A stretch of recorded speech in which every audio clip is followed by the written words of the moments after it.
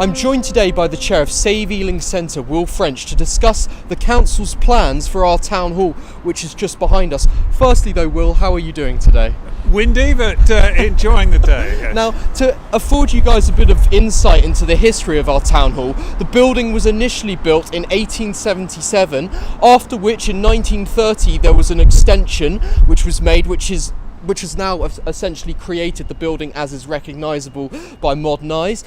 Could you describe to us what's actually going on here firstly? What are the plans? Yeah, in the last couple of years the council's decided that it's a bit surplus to their requirements, so it joined with a developer called Mastercraft and agreed to turn it into a hotel.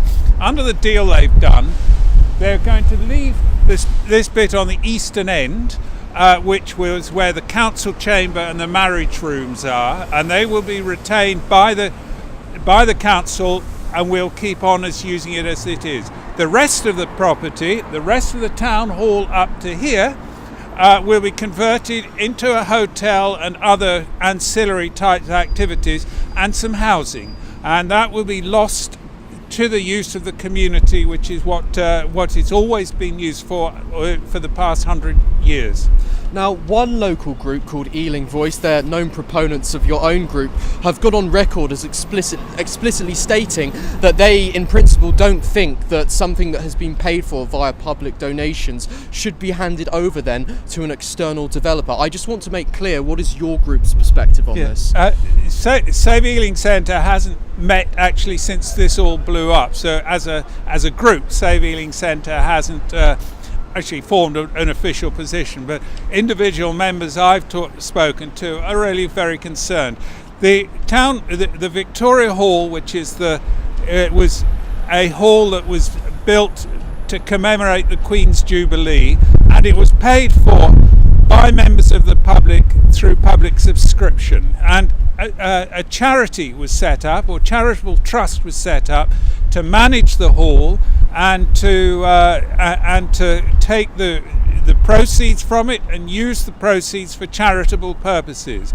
And Save Ealing Centre, many of the members of Save Ealing Centre are concerned that the charitable purpose will be lost entirely once the hall is lost to Mastercraft, the developers. I think it's important to note that due to this trust, the part of the building that was, conceived due to public donations is in fact a separate legal entity to the rest of the building, meaning that the council does not have the same power over it, to control it, to change it as it so pleases. However, at the moment there is an ongoing consultation due to end on the 12th of this month, in which the council are trying to amend the wording of the trust so that they can do with this part of the building as they please.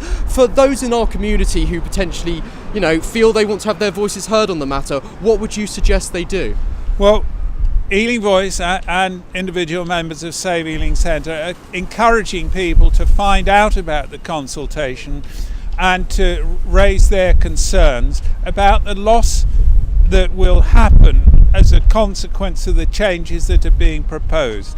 If the council proceeds as it's planning to do, the benefits that are available from the trust will be lost forever. There is still a big need for the kind of function rooms that exist, which the community needs still to have access to.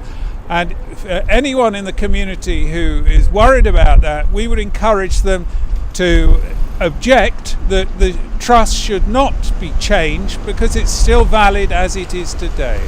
Now, something interesting that you shared with me only last night, Will, from your website in fact, was information basically stating that the trust funds have over the years been merged with those of the town hall. Do you have any comments on that? Well, over many years I think the Victoria Hall and the other town hall buildings have tended to be managed as a single entity, and that meant that separate accounts have not been kept, I think, for many years. This actually is a mismanagement of the trust, because the trust should have been kept separate, and the funds should have been accounted for separately. And it's all very confusing now. It's all very unclear what the assets are of the trust and what the earnings from it are being spent on. And we believe much of the money is going into the council's general coffers and is not being used for the purposes of the trust. Now, on the council's website, they speak of this multi-million-pound redevelopment plan, which will secure the long-term future of the town hall and indeed the halls that we've mentioned. Now, the reason they've said this is because supposedly the Memorial Hall building as a whole is grossly underused. What is your response to this claim? I don't think the Victoria Hall and the rooms underneath it are underused. What is underused are the old offices, which are used as committee rooms by the council. The function rooms are still highly popular and in a lot of demand. But I don't think we will lose. We would lose the rest of the buildings. This is a listed building. It's protected by statute, and the council actually is under an obligation to look after it because it's a listed building. Ealing Voice has believes there are much better alternatives that can be found that actually could the community could still get to enjoy the uses of the whole town hall complex, and it can still cover its costs, but it needs a more flexible way of looking at things than the council has done so far. Another point is that this is a very grand building that was built at a time of great pride in Ealing, when people really felt the place was an important place and wanted to demonstrate what it meant to the local community. The plans now to dispose of the town hall actually have a symbolic concern, in that they seem to me to be representing a retreat from that interest as civic leadership, as bringing the peoples, the communities of Ealing together to encourage them to work together and to make Ealing a better place. The council seems to be moving away from that now, that role of civic leadership, and that's a great concern, because without the council providing that leadership role, we lose the leadership that's necessary to keep Ealing going as a place that we all want it to be.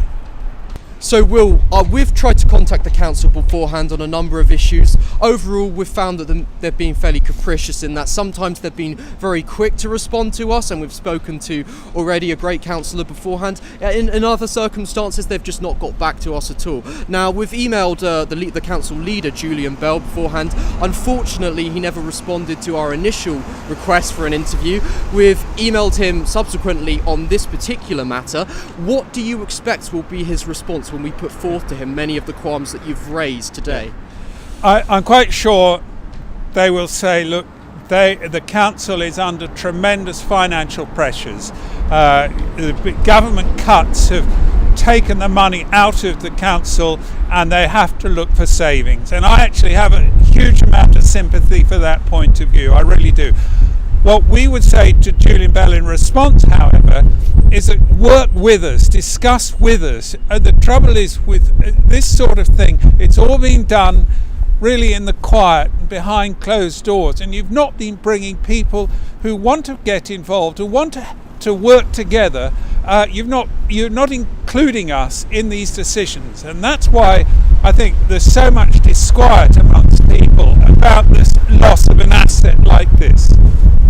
Well, thank you very much for that, Will. For more information on this subject matter, please look at the links in the video description below. You'll find links to Save Ealing Centre website, also to the relevant council pages. Otherwise, I'm James Challoner, and thank you for watching Exposure Box TV.